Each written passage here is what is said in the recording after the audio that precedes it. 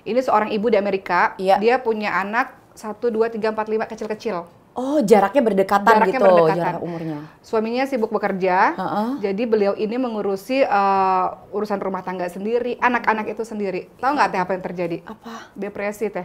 Iya, Karena pasti anaknya kan sih. nangis-nangis. Oh, yang sini nangis, Betul. yang sini masih, aduh ya Tahu Allah. nggak selanjutnya apa? Terus gimana? Anaknya diambil, ditaruh ke dalam bak sampai diem. Allah. Lima-limanya. Ada sempat teman yang bilang, suamiku tuh nggak percaya, nggak mungkin ada seorang ibu yang Yang tega kepada anaknya. Tapi yang namanya pekerjaan rumah tangga itu nggak mudah. Betul, dan nggak ada libur, Iya. ya kan?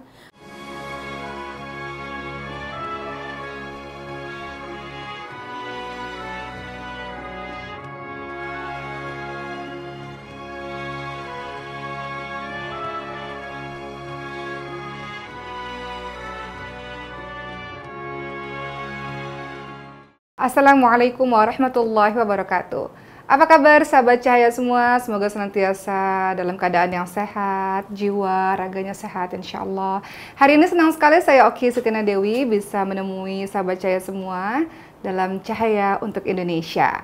Nah, hari ini juga spesial. Kenapa? Karena saya kedatangan bintang tamu yang Masya Allah, kalau kita lihat dari luar, benar-benar di dalam juga ya. Amin. Kehidupan keluarganya adem ayem. Amin, Masya Allah banget. Kakak Desita Maharani. Saja Oki. Tapi makasih sehat. ya, makasih udah diundang ke sini. Mau Masya Allah berguru, seneng Teh, mau banget. berguru. Ih, kok gitu terbalik dong, aku dong yang ini. Enggak, mau berguru sama Teteh menjalankan kehidupan rumah tangga yang adem ayem. Amin, alhamdulillah. Teteh gimana? Kegiatannya apa sekarang? Ya, kegiatannya masih alhamdulillah masih syuting-syuting sama ngurus anak yang sekarang sekolahnya online, offline, online, Iya, offline gitu. Benar-benar. Kelas berapa sih Teh anak yang paling besar? Yang paling besar 15 tahun udah kelas Oh, 3 ABG. SMP, nomor 2 baru 7 tahun. Oh, Gitu. lumayan ya Teh? Lumayan, jaraknya lumayan, ya. iya. Jadi Teteh pernikahan udah berapa? Pernikahan 10, kebetulan aku menikahi Kang Ferry itu kan udah ada Lea waktu itu Iya, iya, umur, iya, Lea umur berapa ya? 7 tahun, 7 tahun. Gitu. Ini kan kalau kita lihat kan rumah tangga yang sakinah mawaddah warahmah. Amin, amin, ya Allah. Nah, Teh, sebelum kita ngobrol soal rumah tangga yang adem ayem, yang penuh dengan keromantisan yang sakinah mawaddah warahmah ini, oke lagi pengen main games nih Oh sama gitu, Teteh. jadi kita nge-games dulu. Nah, kita Oke, saling baiklah. bertanya satu sama lain. Iya, Teh. iya. Kita udah dikasih pertanyaan nih. Iya, iya, yang benar-benar. Ya, jadi akan ada pertanyaan yang Oki akan ajukan pada Teteh, Teteh juga ajukan pada Oke, Oki. oke. Siapa dulu nih? Oki dulu ya? Iya, Mbak Oki dulu ya. Pertanyaan buat Teteh Deswita. Pertama, pilih yang mana? Iya. Selalu dipuji sama pasangan, tapi nggak pernah dikasih hadiah. Atau pasangan selalu kasih hadiah sama Teteh, tapi nggak pernah muji sama sekali. Aduh, aku pilih yang pertama deh. Selalu dipuji, Masya tapi Allah. nggak pernah dikasih hadiah. Emang begitu sih sebenarnya aslinya. Karena suamiku tuh bukan tipe yang suka beliin bunga atau hadiah atau apa kayak gitu. Tapi alhamdulillah Muji ya? tuh muji kayak misalkan Masya Allah. hal kecil deh Mbak Oki, kayak misalkan soal makanan, soal cara aku ngerapihin rumah, kayak gitu-gitu. Itu kan dia ngomong kayak, kalau ibu yang masak sih jauh lebih enak. Oke Teh, jadi Teteh suka dipuji-pujian itu penting loh. Kalau ada para bapak-bapak yang nonton. Iya, video bener-bener. ini, tolong.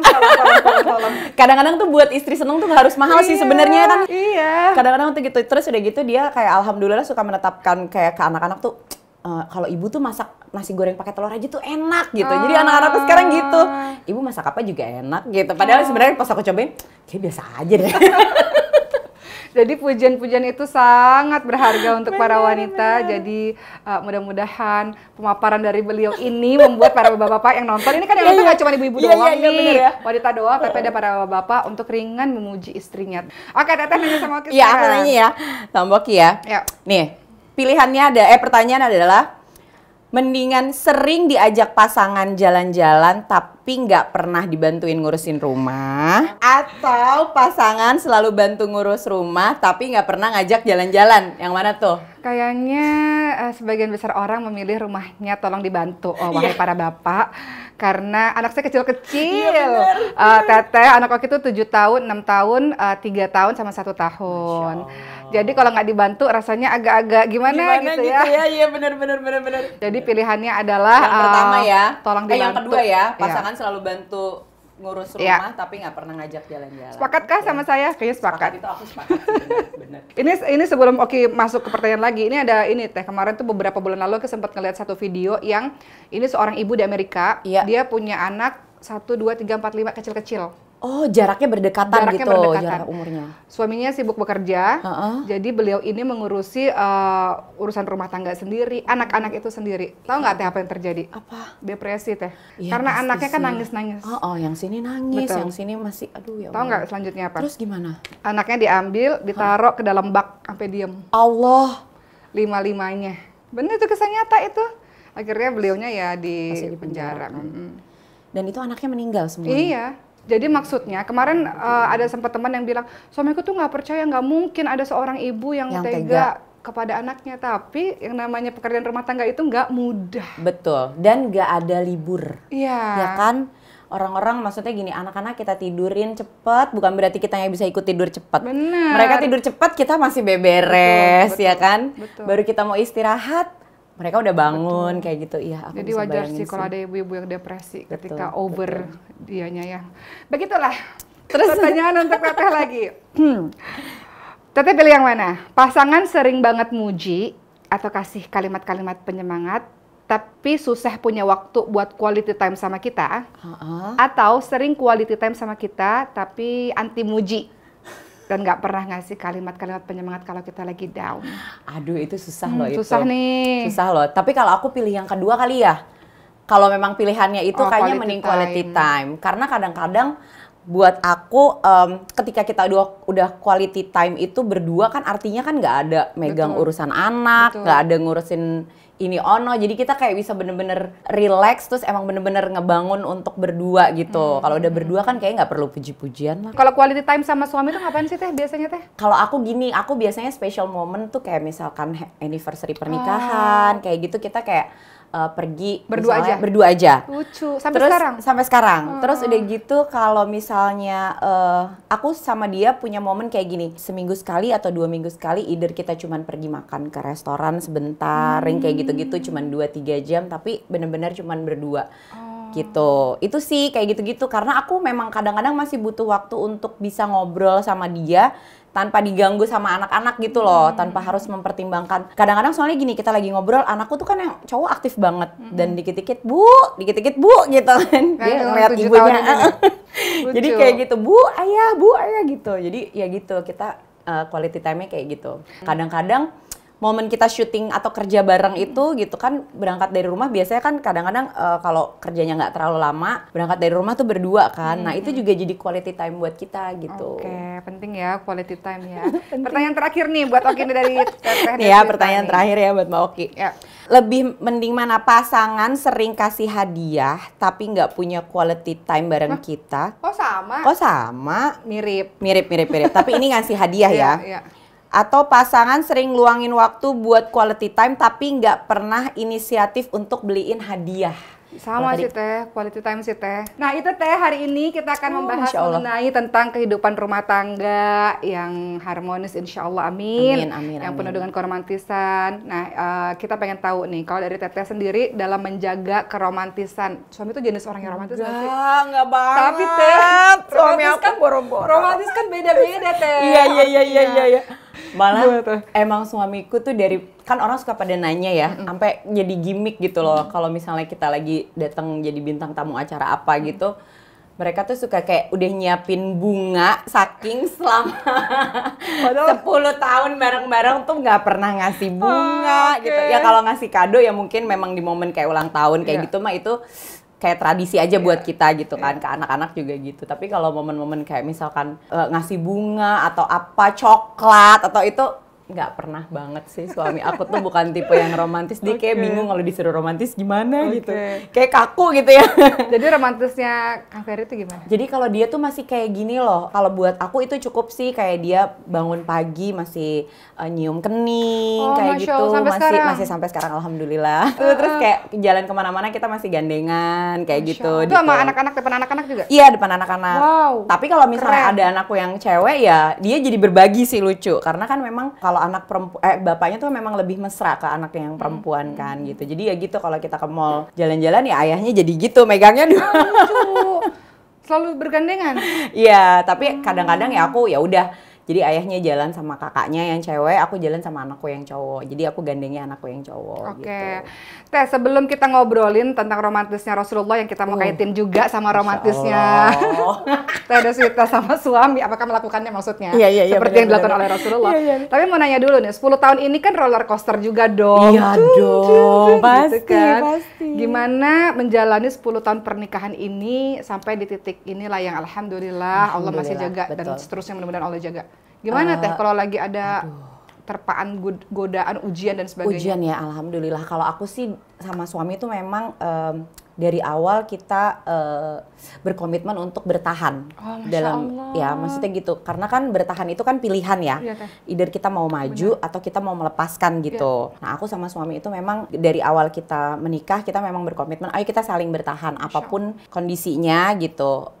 Bertahan lah gitu dalam situasi dan kondisi ini, karena kan memang aku sih sama dia yakinnya memang setiap ujian yang datang kan pasti ada aja jalan keluarnya. Ada aja jalan keluarnya. Tinggal dia mau naik, aku turun supaya kita ada di tengah-tengah, atau aku naik dia turun gitu. Aku tuh termasuk tipe orang yang nggak mau ribut sih, Hoki. Jadi dia juga orangnya gitu. Jadi Capek ketika juga soalnya jadi apa sih solusinya gitu deh, nggak usah rame-rame deh, nggak usah berantem-berantem yang kayak gitu. Nggak pengen justru orang tuh tahu apa yang terjadi dalam rumah tangga kita gitu. Kalau memang ada yang jelek, ya udahlah yang jelek ini yang harus kita tutupin gitu kan. Karena kan ya biar gimana, kejelekan dia adalah dia suami aku, kejelekan apa dia adalah aku adalah istrinya gitu kan. Masya Allah ya, ini Teh Deswita ini sedang mengaplikasikan ayat Allah yang bunyinya hunna libasul lakum wa antum libasul lahun, Teh. Bahwa pasangan kita itu adalah pakaian untuk kita sebenarnya. Jadi menutupi aib, menutupi kekurangan. Kalau kita buka aib pasangan kita, ya kita sedang menelanjangi diri kita sendiri. Sebenarnya gitu. Oke Teh, langsung sekarang pengen ngebahas tentang keromantisan Iya, benar. Yang kita kaitin sama kehidupannya. Ya. Baik, apa yang dilakukan oleh Rasulullah SAW kepada istrinya atau istri-istrinya? Kita lihat, pertama, Rasulullah itu sering sekali untuk memberikan kecupan mesra untuk sang istri. Apa yang dikatakan oleh Siti Aisyah radhiyallahu anha, sungguh Nabi Muhammad SAW ketika mencium salah satu istrinya, beliau mengecup lidahnya juga atau mengecup bibirnya lah ya, seperti itu. Jadi ini salah satu keromantisannya Rasulullah.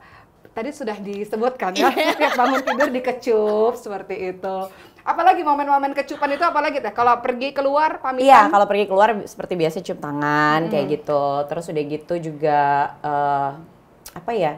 Ya biasa sih kayak misalkan kalau makan, ya itu tadi kalau misalnya makanan enak atau apa gitu dia ngecup kayak gitu. Enak Bu, muah gitu. Makasih ya, yang kayak gitu. Itu sama depan anak-anak juga dibiasain. Iya, depan anak-anak juga kayak gitu. Sebenarnya mungkin karena membiasakan anak-anak supaya lebih menghargai. Kalau misalnya dia komen makanan aku nggak enak tuh dia nggak bilang di depan anak-anak gitu, maksudnya ini kurang ini nggak gitu, tapi kayak Bu ini kayaknya agak kasinan deh, besok jangan kayak gitu orangnya yang kayak gitu tipikalnya. Iya, ternyata memang penting ya untuk sentuhan-sentuhan fisik seperti itu teman-teman sekalian. Ini kalau kita lihat Teh ada di zamannya Rasulullah ada namanya Aqra Teh. Ini kaitannya sama anaknya sih.